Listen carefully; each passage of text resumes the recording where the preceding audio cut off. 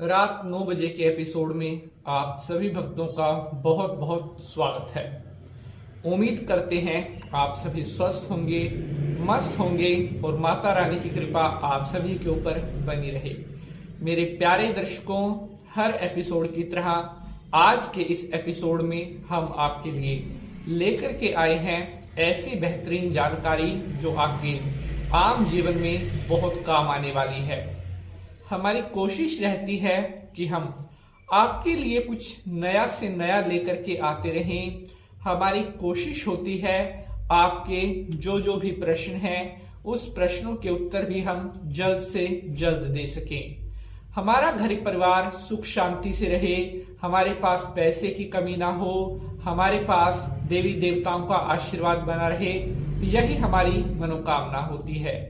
आज मैं आपको बताने वाला हूं कि आपने अपने रसोई घर में क्या एक गलती नहीं करनी है।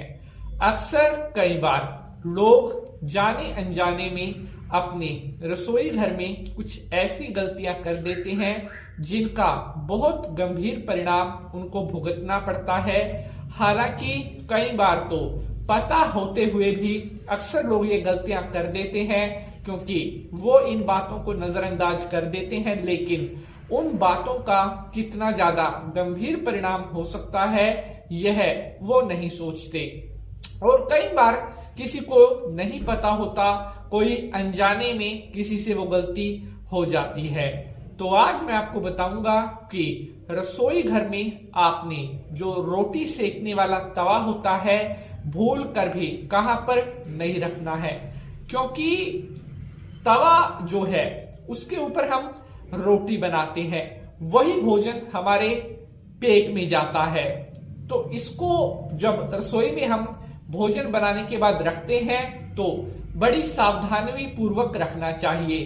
कैसे रखना चाहिए, कहाँ रखना चाहिए, अभी मैं डिटेल आपके साथ अच्छी तरह से शेयर करूंगा और मुझे पूर्ण विश्वास है आप सभी भक्तों को आज का यह एपिसोड बेहद पसंद आने वाला है।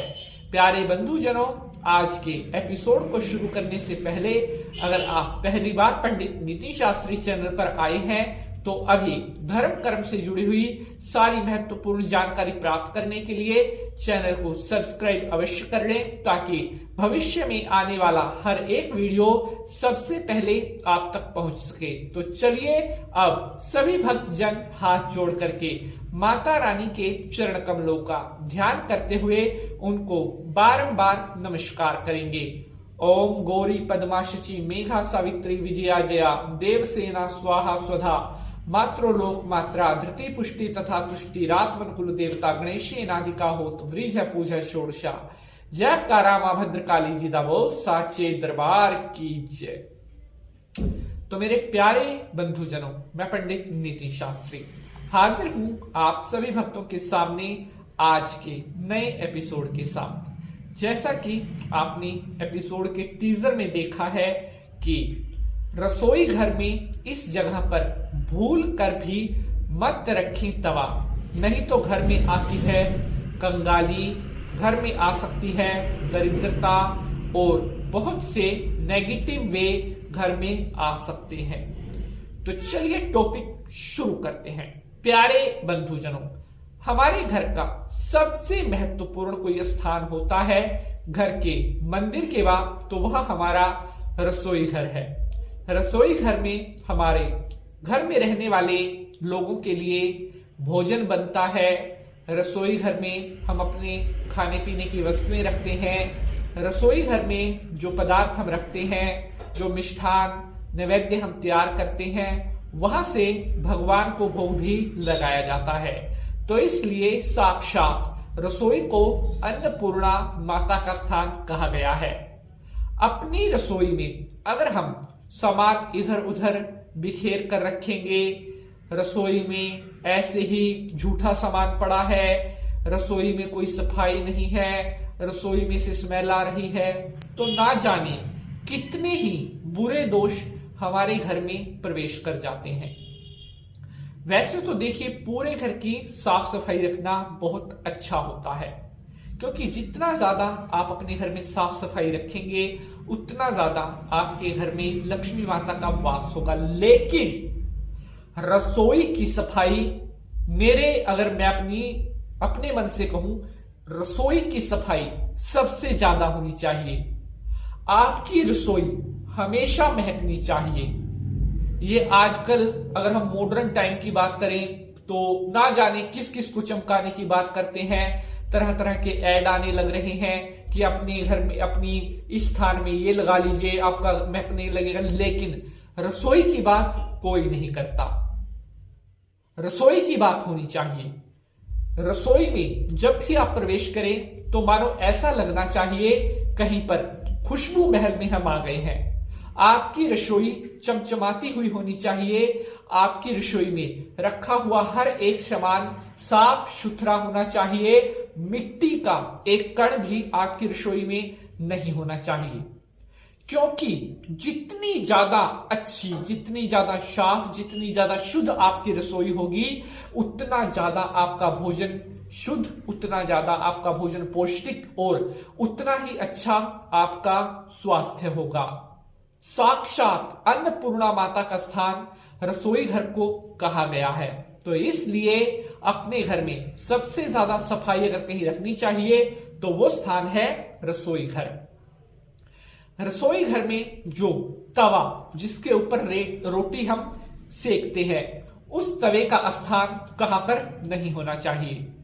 कई लोगों को मैंने देखा है कि भोजन बनाने के बाद तवे को गैस से उतारते हैं और जहां पर बर्तन धोते हैं, शैंक जिसको बोलते हैं, वहां पर उस तवे को रख देते हैं। बिल्कुल गलत। जहां पर झूठे बर्तन है वहां पर तवे का स्थान बिल्कुल भी नहीं होना चाहिए। क्या आप ऐसे स्थान पर अपने तवे को रखेंगे जहां पर भोजन के झूठे बर्तन रखे हैं?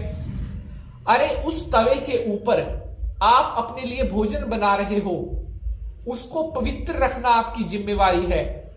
तो यह आपने भूलकर भी नहीं करना है।